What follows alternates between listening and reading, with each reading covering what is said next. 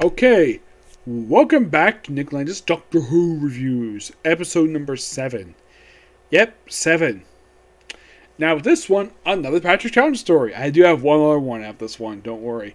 That'll probably review at some point. We come to Web of Fear. Yeah, this one is actually a sequel to a different Second Doctor story, The Abominable Snowman. Yep, this actually is a sequel to that. Why? Because, of course, it features the Yeti. The Abominable Snowman actually comes from a couple episodes back in the season. Yes, it actually comes from the second story of the season, though this one actually is missing some episodes. It only has one episode surviving. We're like, really? Yeah, really.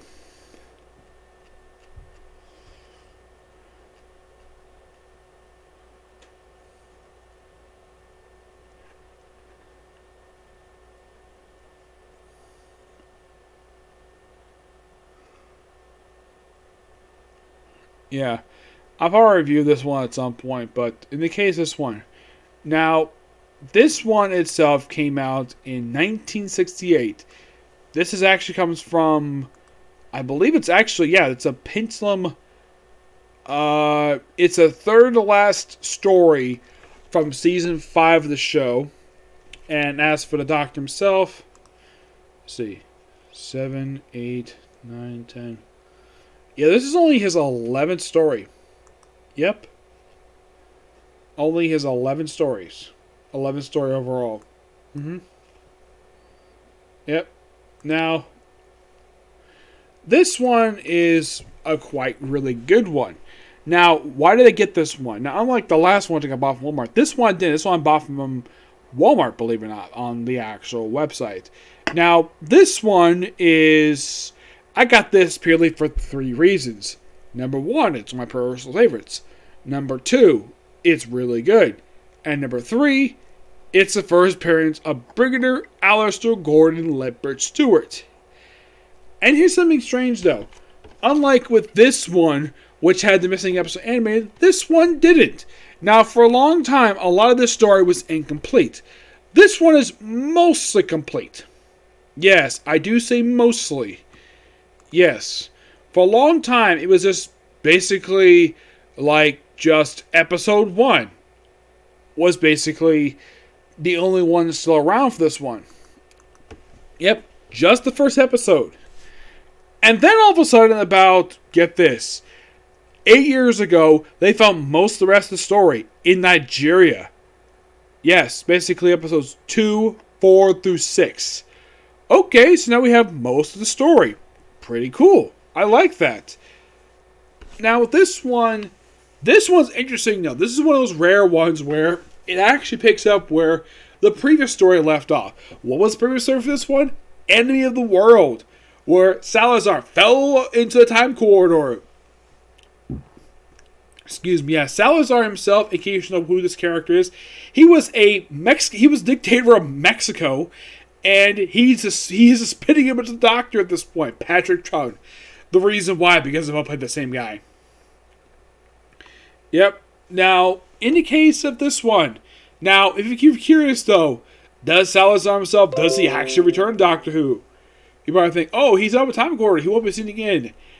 He actually returns in a Doctor Who comic that came out in the last few years. It was a third Doctor story, believe it or not, which he thought this was his previous incarnation, until he found it was actually Salazar. Yep. So, Salazar basically started the TARDIS, but he forgot to close the door. So basically everything's whooshing out into the time corridor, and eventually Jamie, of course, does eventually close the doors, and then the TARDIS gets surrounded by... Get this, webbing. Yep. What is the purpose of this webbing? Well, it's the return of the Grey Intelligence. Yep, who last appeared back in The Abominable Snowman. Yep, The Abominable Snowman. Yep. So, with this one, we have a return of Professor Travers, who actually was in that story. Same guy, and here's something quite interesting, though. Now, this one... Now, in case you're curious though, who replaced Ben and Polly when they left is a woman named Victoria from Victoria, England. This actually was this is actually a bit of a surprise to people who actually watched Doctor Who at this point. This was, people didn't know about this. This is actually her second to last story she did, because she left after the next story, which was Fear from the Deep. Now, they basically, later on, they arrive, like, after they eventually get free from the webbing, they eventually arrive in the London Underground. Now, here's something interesting about the London Underground in this one. It's not the actual London Underground, it's a set. Now, apparently, they actually wanted to film down the actual London Underground, but the fees were so expensive.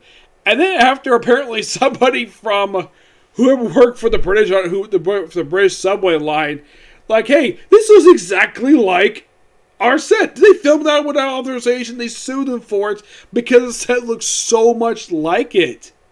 I'm like, really? You're that freaking petty because you had to basically not charge people so freaking much for the story? Yep, because the Great Intelligence is here. We also returned to the Yeti in their second to last appearance in the entirety of Doctor Who.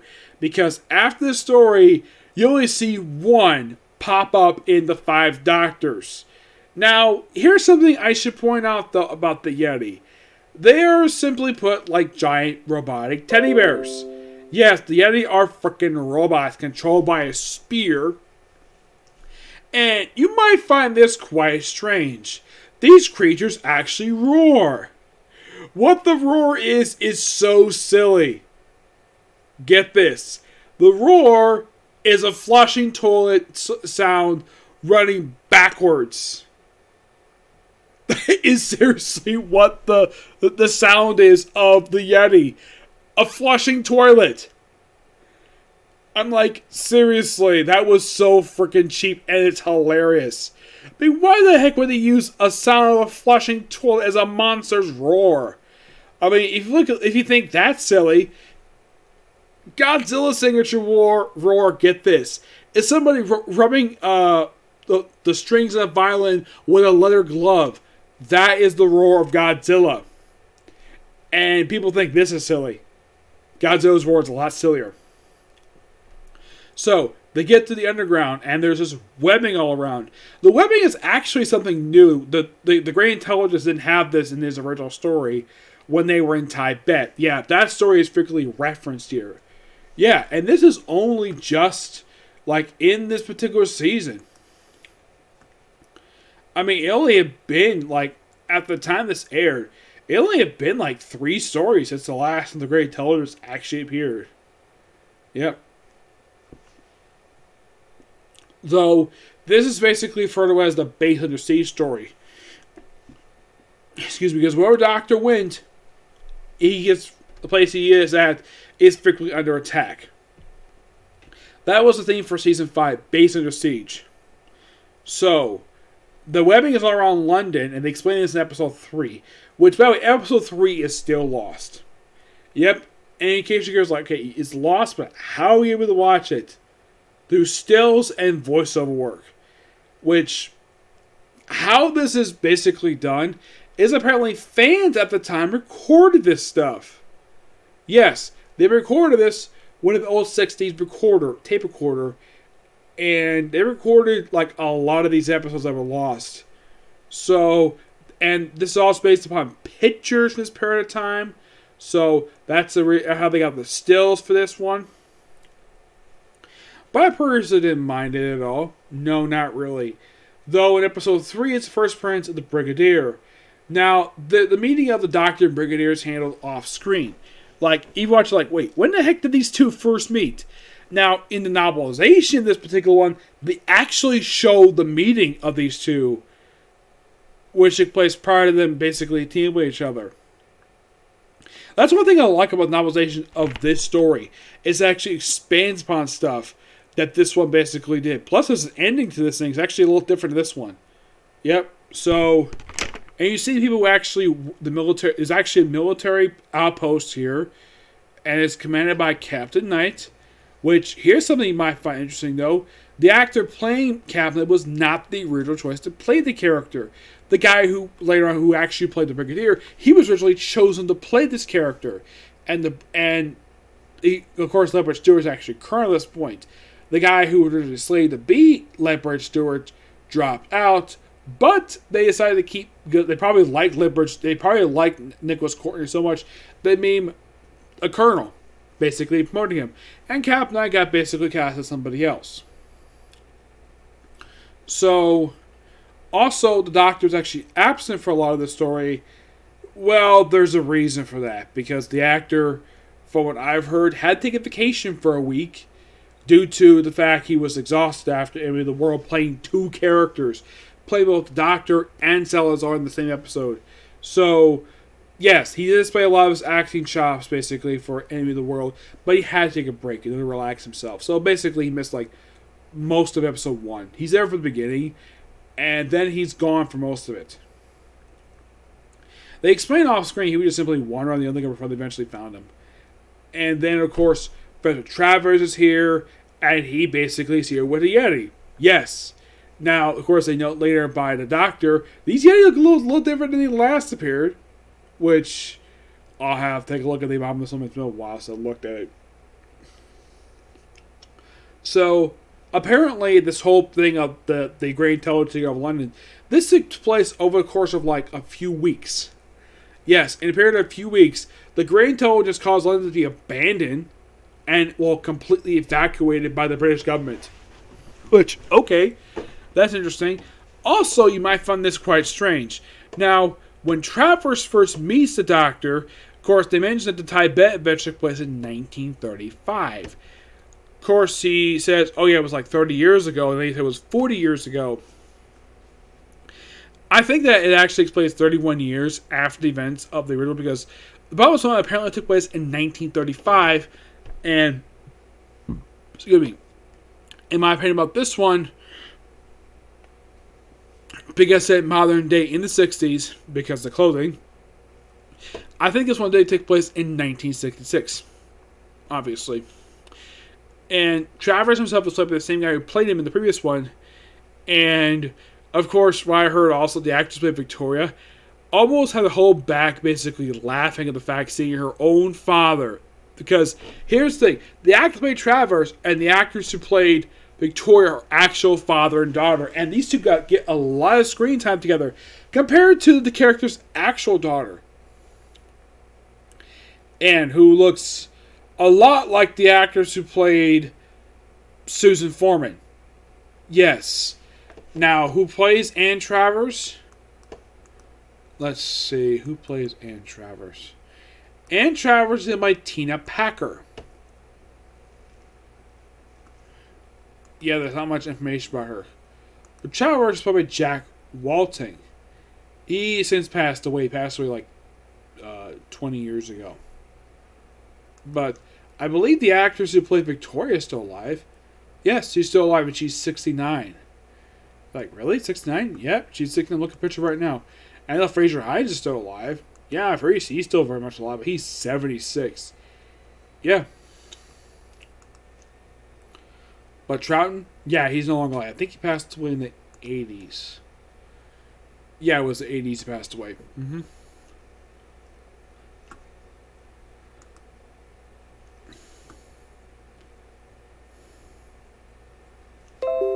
Yeah. So the Great Intelligence doesn't want revenge. He wants the Doctor's mind. Yeah.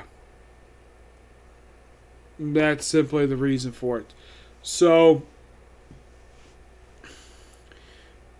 that was really a little bit later. You'll hear the Great Intelligence speaking to him much later in the story. Mm-hmm. Yep. Now, I will explain a little bit later on about the Great Intelligence. Yeah, the Doctor explains them very well. The Great Intelligence is sort of this mist that runs around in space that's very smart. Yeah, it's an intelligent mist. That's simply what the Great Intelligence is. And, of course, Doctor first met it back in 1935 and made it here in 1966 London.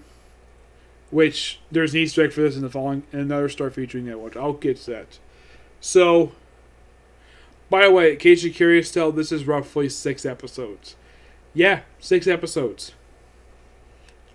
So eventually the professor and the Doctor meet each other. And of course, Travers is very happy to see him.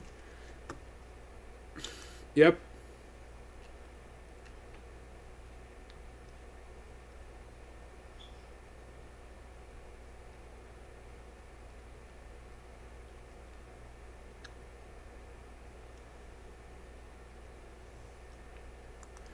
Yeah. Though, in the case of Anne Travers, I gotta say the actress who played her is a not bad looking woman, basically, for the 60s. Yeah, because Captain Knight is frequently hitting on her throughout half the story. Until he's killed by the one, the Yeti. Yeah, that's something interesting, though, about this story. Yeah, with the exception of the Doctor, his two companions, like, the only survivors of this story, aside from the three main characters, is Leopard Stewart, Travers, his daughter Anne, and a driver. That's it. Yeah, Captain Knight, who appeared back in episode 1, he gets killed off in episode 4. Yeah, he gets killed by a Yeti. Yeah, because they explain in the story that apparently there's these like models that act like homing beacons to track people down. And that is how they track down killing, well, this guy. Now, as for who was responsible for reactivating the Grey Intelligence, they don't really say at all. No. As for who, at one point, the Grey Intelligence was possessing, first was Travers, and then it was Staff Sergeant Arnold, who actually did die in the story. Mm-hmm. Yep. But in the case of this particular story, is particularly so fun. How the Grey Intelligence defeat is quite interesting. Like, apparently he wants to put the Doctor in his pyramid, which, by the way, this particular thing was later reused for the two Doctors, which was, at the time, and still is this very day, the last special appearance of the second Doctor in the series. Because they returned for another one-off appearance. One of like 3 one-off appearances he made. Because the first was the 3 Doctors, then the 5 Doctors, then 2 Doctors, and that was it for the character. Mm-hmm. Yep. So, yeah, and then the Yeti, of course, they actually control one Yeti at one point in the story. And then, of course, Jamie, of course, tells the Yeti, attack the Yeti, attack the Yeti. And, yeah, he eventually gets control of one because the Doctor reprogrammed a spear to have the Yeti work for him. As for Yeti, he actually forgot because they look almost exactly alike. Yep. But this is just so fun. So, the only thing they succeeded doing is kind of Grey Intelligence communication with Earth. He can come back at some point, but he doesn't. He doesn't return again for quite some time. Oh, yes. Like, he doesn't return again until the episode The Snowman, which is a Christmas story released in 2012. So, a long time until his next appearance. Roughly, like, 42 years. Like, damn, that's a long time between appearances. The Yeti himself, well,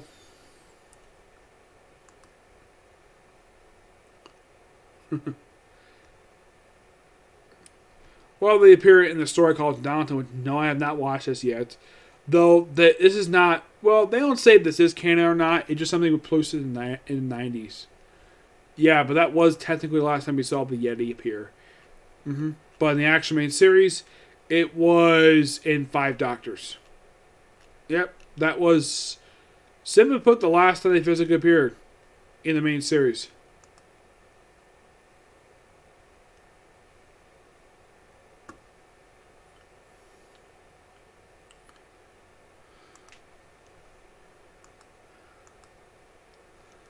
Yeah. But the Grey Intelligence also always tends to be a great, interesting character, villain for the Doctor. There's generally no actual physical appearance of this guy, just a mist. Yeah.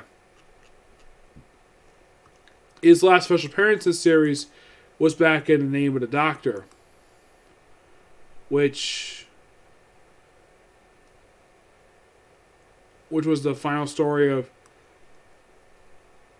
well, the Doctor's, well, Matt Smith's, like, second year of, yeah, it's the final one of the second year of his run. Yeah. But this overall is really good. Give this one roughly a 10 out of 10. It's a pure classic story. Now, one thing they don't show in here, but in the actual novel itself, they do mention that the Brigadier wanted to put forward a referendum to start up a a organization to battle aliens, namely UNIT. Yeah, this is mentioned in the actual book itself.